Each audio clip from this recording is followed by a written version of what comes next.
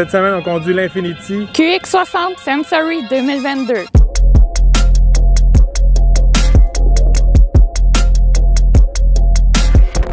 Pour 2022, Infiniti nous offre une nouvelle génération du QX60, un VUS intermédiaire qui est basé sur le Nissan Pathfinder. Aujourd'hui, on va aller en profondeur, voir s'il y a une grosse différence entre le Nissan Pathfinder et le produit Infiniti.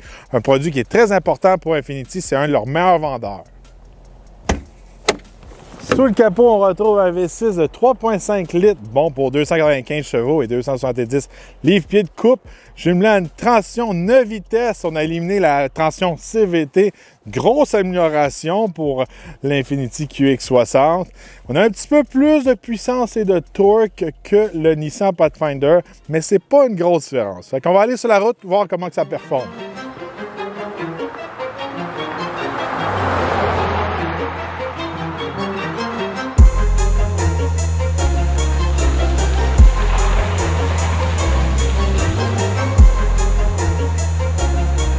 Là, on va tester les performances du QX60. Bon, il y a un petit peu plus de chevaux sur le capot que le Pathfinder. On va voir si ça fait une différence du 0 à 100. C'est sûr que là, on est l'hiver. Ouais.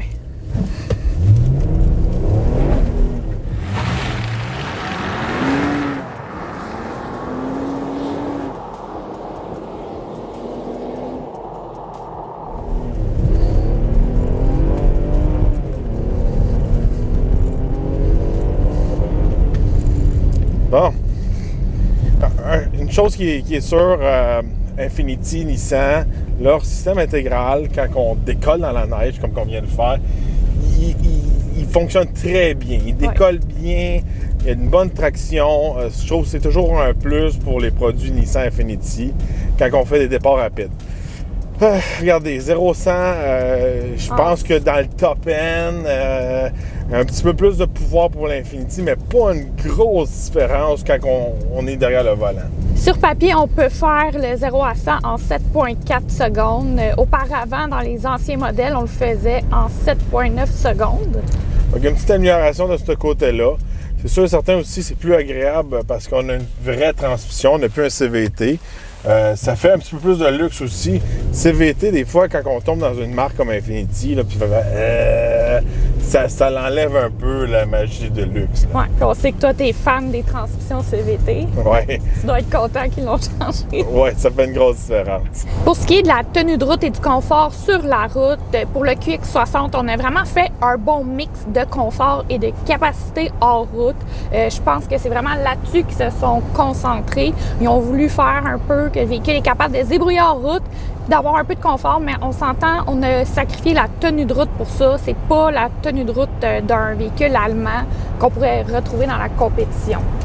Oui, on ne retrouve pas une suspension qui est plus rigide parce que c'est un Infiniti.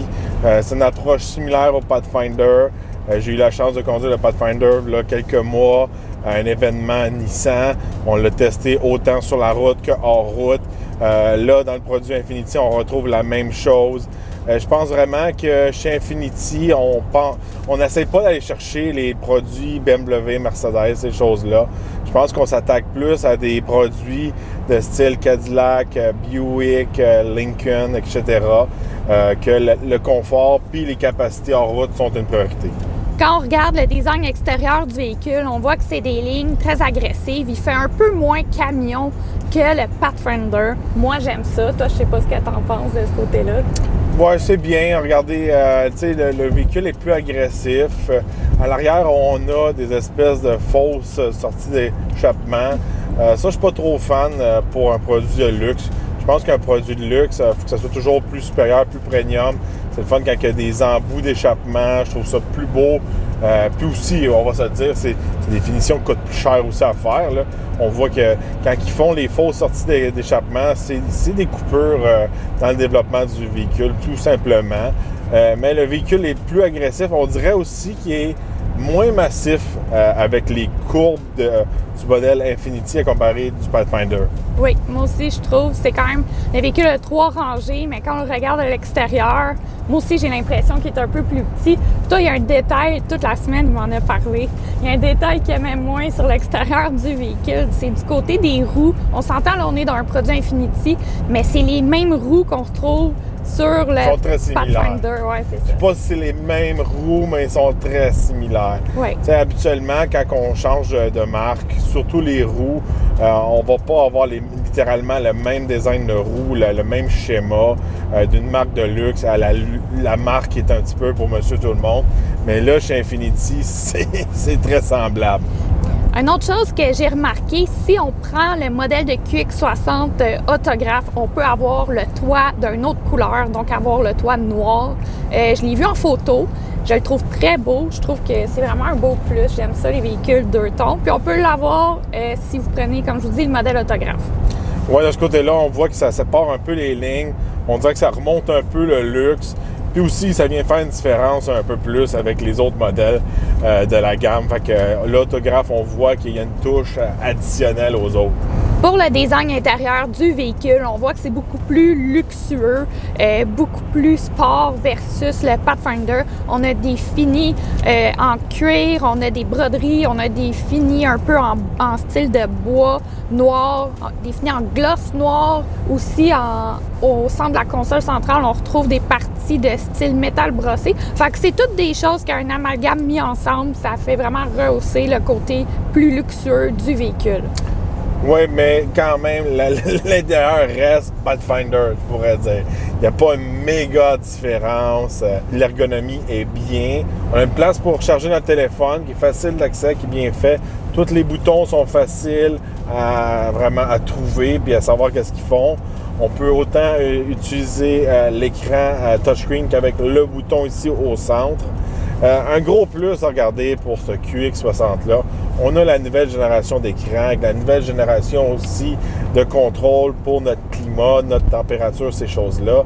Quelque chose qu'on ne retrouvait pas dans le QX55. Non. Regardez, QX55, tout nouveau modèle pour 2022, puis il y avait la vieille écran. Là, dans le QX60, on a toute la nouvelle écran.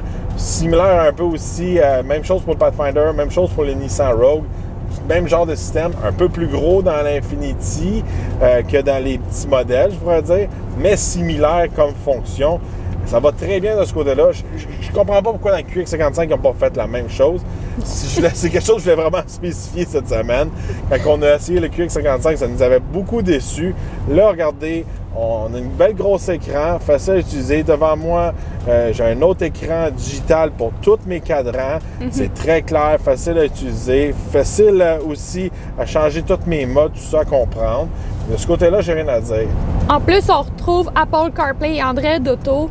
Juste quand on utilise ici Apple CarPlay, c'est vraiment clair, les icônes sont vraiment gros.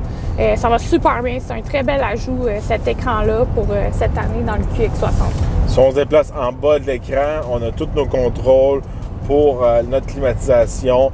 Très facile à comprendre. C'est pas des vrais boutons, mais quand on appuie, ça fait une espèce de tic. On dirait que ça donne un feeling de vrai bouton. Jusqu'à présent, même s'il faisait froid, ça fonctionnait bien. Des fois, c'est le défaut un peu de ne pas utiliser des vrais boutons. Quand il fait extrêmement froid, ça ne fonctionne pas tout le temps. Mais quand on pèse fort, ça fonctionne bien, même avec des gants. C'est beau, c'est bien réussi. Même si ça serait beaucoup de boutons, ça fait beau, c'est slick. Maintenant, si on passe à l'arrière, le modèle RS6 cette semaine est un 7 passagers. Il y a aussi un 6 passagers de disponible avec 2 sièges capitaine dans la deuxième rangée. Comment tu as trouvé l'espace toi, à l'arrière, Ève? Moi, la deuxième rangée, ça va. C'est plus dans la troisième rangée, là, on est coincé. Moi, je suis coincée, je rentre juste pas dans la troisième rangée, mais les enfants vont rentrer correctement, ça, il n'y a pas de problème. Oui, c'est quand même une troisième rangée, je pourrais dire, qui est utilisable. Il y a certaines troisième rangées dans la même catégorie que le Infiniti QX60, que c'est littéralement juste pour des enfants. Là, je pourrais dire que quelqu'un en bas de 5 pieds 10, qui est pas trop gros, va être capable de rentrer un adulte normal. Si vous êtes un gros gars grand comme moi, c'est sûr que vous n'allez pas pouvoir vous asseoir là. Mais au moins, c'est une troisième rangée utilisable pour le gabarit du véhicule. Il faut se le dire, quand on tombe dans un QX60, Pathfinder, ces choses-là, c'est juste le camion avant de rentrer dans un VUS de grande taille, comme un Yukon, un Tahoe, une Expedition, un QX80. Des fois, on n'a pas besoin du gros camion ou juste pour dépanner de temps en temps, on a besoin de la dernière banquette. Fait que de ce côté-là, c'est quand même bien. Du côté de la valise, on a un espace cargo vraiment raisonnable qui est très similaire à la compétition, mais par contre, on a un autre gadget. On peut lever le fond de la valise, puis on a un autre rangement là qui est quand même assez creux. Hein? On peut quand même ranger pas mal de stock dedans. Fait que pour ça, je trouve ça super pratique. Aussi, la valise est toute au même niveau, fait qu'on n'a pas un petit step quand on rentre des sacs. Moi, j'aime vraiment ça comme ça. Ouais, l'espace est quand même limité derrière la troisième rangée quand tous les bancs sont levés. Quand on baisse tous les bancs, il y a quand même un espace un petit peu plus supérieur. Des fois, la compétition va avoir sacrifié peut-être un petit peu plus l'espace de la troisième rangée pour avoir plus de coffres. Ça, c'est toujours un choix que le manufacturier qu'il faut qu'il fasse. C'est sûr que si on n'est pas toujours plus que 5, de ce côté-là, on peut laisser les bancs toujours baisser à l'arrière, puis là, on tombe avec un gros coffre. Côté remorquage, on peut tirer jusqu'à 6000 livres avec le QX60. C'est une belle amélioration de ce côté-là. On a aussi une vraie transmission. Regardez, quand on veut remorquer, là, CVT, c'est pas le best comme qu'il y avait dans le passé. Là, on a une vraie transmission. Par contre, il faut faire attention. On ne peut pas remorquer 6000 livres avec tous les modèles de QX60. Les deux modèles d'entrée de base, ils peuvent tirer seulement 3500 livres. Si vous regardez pour acheter un QX60, faites sûr que vous avez le bon modèle pour remorquer le bon poids. Comme dans la plupart des VUS, dans le QX60, on retrouve plusieurs modes de conduite. On a un mode personnalisable, on a un mode neige, un mode normal, un mode sport. Donc, de ce côté-là, on n'est pas dépaysé versus les autres VUS de taille similaire. Comme je précisais au début du vidéo, le système intégral du QX60 est un bon système intégral. Il fonctionne bien. Il peut aller jusqu'à un mode 50-50 split qu'on appelle. Il peut donner de la puissance jusqu'à 50% à l'arrière. On est vraiment un 50-50. C'est un gros plus. C'est pas juste une espèce double drive, je pourrais dire, qui est basic, qui est vraiment juste traction avant, puis que des fois, il emmène un peu de jus à l'arrière. C'est un système un petit peu plus avancé. C'est un système, regardez encore une fois, similaire au Nissan Pathfinder. Là, il n'y a rien de magique côté Infiniti. Je l'ai testé en mode hors route durant mon essai spécial que j'ai eu avec Nissan Canada. Le véhicule allait très bien en mode hors route. On voyait aussi que la suspension était autant bonne pour leur route que sur le chemin. Fait que ça, c'était un gros plus pour le Pathfinder, le QX60. Fait que de ce côté-là, si vous avez besoin d'emprunter un chemin qui est un petit peu plus ardu pour aller au chalet, vous n'allez pas avoir de trouble avec le QX60. Du côté de l'économie d'essence, la question cette semaine, c'était est-ce que cette nouvelle génération de QX60 avec la transmission 9 vitesses est plus économique ou moins que l'ancienne génération avec la transmission CVT?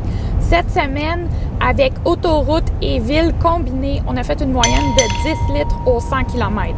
Ouais, de ce côté-là, regardez, encore une fois, avoir une transition CVT, là, ça ne va pas vraiment faire des miracles côté économie d'essence. Puis on le voit, là, on a une bonne 9 vitesses, bien calibrée, change bien les vitesses. En plus, on peut la mettre en mode économique.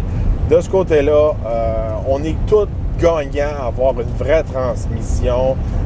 Côté remorquage, performance, économie d'essence, CVT, ça venait vraiment détruire un peu la joie de conduite du véhicule. On n'avait pas vraiment un gain côté économie d'essence.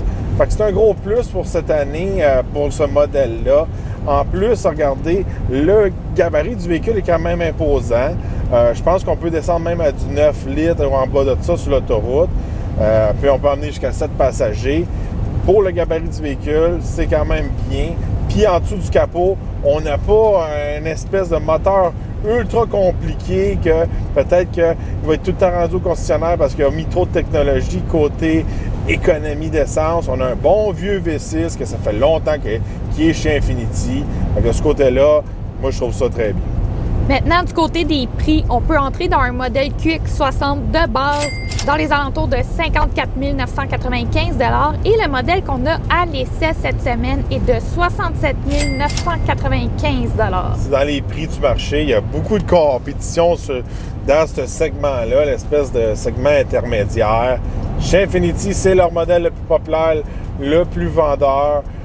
Souvent, ils vont offrir peut-être un petit peu plus d'équipement avec leur package sans vous mélanger dans plein d'options comme qu'ils font dans la compétition. C'est vraiment, vous avez ce modèle-là, puis il vient comme ça. De plus en plus, Infiniti a une approche de style Genesis. On a un package, c'est ça que vous avez, puis vous n'avez pas besoin de compliquer la tête avec toutes les options.